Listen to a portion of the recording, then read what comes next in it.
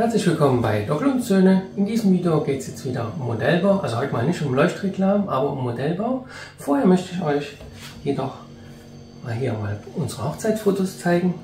Also zum Beispiel das hier unten, ja, da habe ich eine Fotomontage draus gemacht mit dem Kalenderblatt vom 26. Juli 2013. Das kann man hier so hinstellen ins Bücherregal, an den Bücherrang. Ja, und hier von dem Foto habe ich noch eine andere Version gemacht, die jetzt hier steht, und die gucken wir uns jetzt mal genauer an. Ja, also ihr seht hier, das war die Fotosession, bevor es zum Restaurant ging. Francesca und ich sind hier da vor dem Auto der Fotografen abgebildet, also der tolle Westfalia Bulli, das war das Auto der Fotografen. Und was jetzt aber hier das Besondere ist, ja, ich gehe mal näher ran.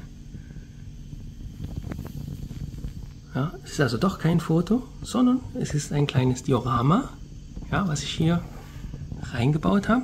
Der Bilderrahmen ist also nicht hier angelehnt an die Bücher, sondern es geht noch ein ganzes Stück weiter hinter. Ja, so tief wie die Bücher sind, ist also auch hier das 3D-Bild sozusagen, würde ich es mal nennen.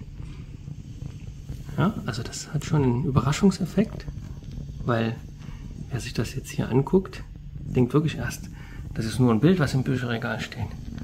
Ja, ist aber doch nicht, sondern halt ein kleines hübsches Diorama, was ich euch jetzt zeige, wie ich das gemacht habe. Ja, vielleicht will es jemand nachbasteln mit einem eigenen Motiv drin oder so.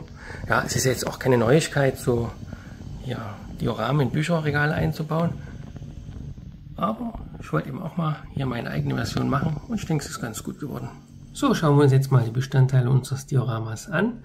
Also von links nach rechts haben wir als erstes den Bilderrahmen mit der Pappschachtel dahinter, die sozusagen den Freiraum schafft für unsere kleine Landschaft. Ja, dann der Himmel, das ist wichtig für eine perfekte Illusion des Raumes. Ja, dann die Landschaft selbst und auch noch ganz wichtig, oben der Deckel drauf mit Beleuchtung.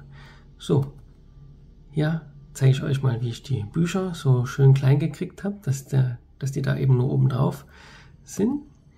Ja, mit 3 Schraubzwingen zusammen und dann abgesägt.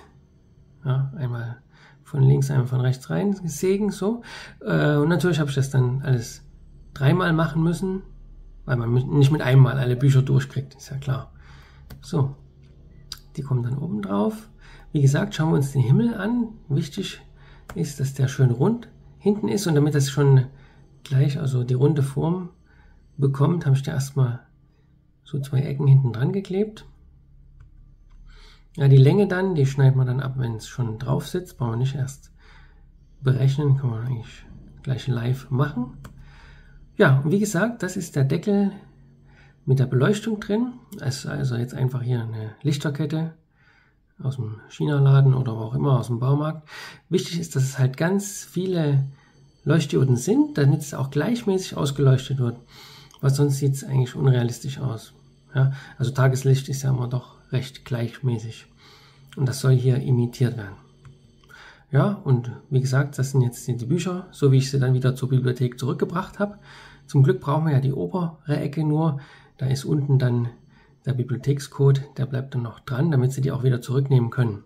Ja, ja, das war es jetzt erstmal soweit. Ja, viel Spaß beim Nachbauen, wenn es jetzt jemand machen möchte. Ansonsten halt bis zum nächsten Video. Tschüss und bis bald.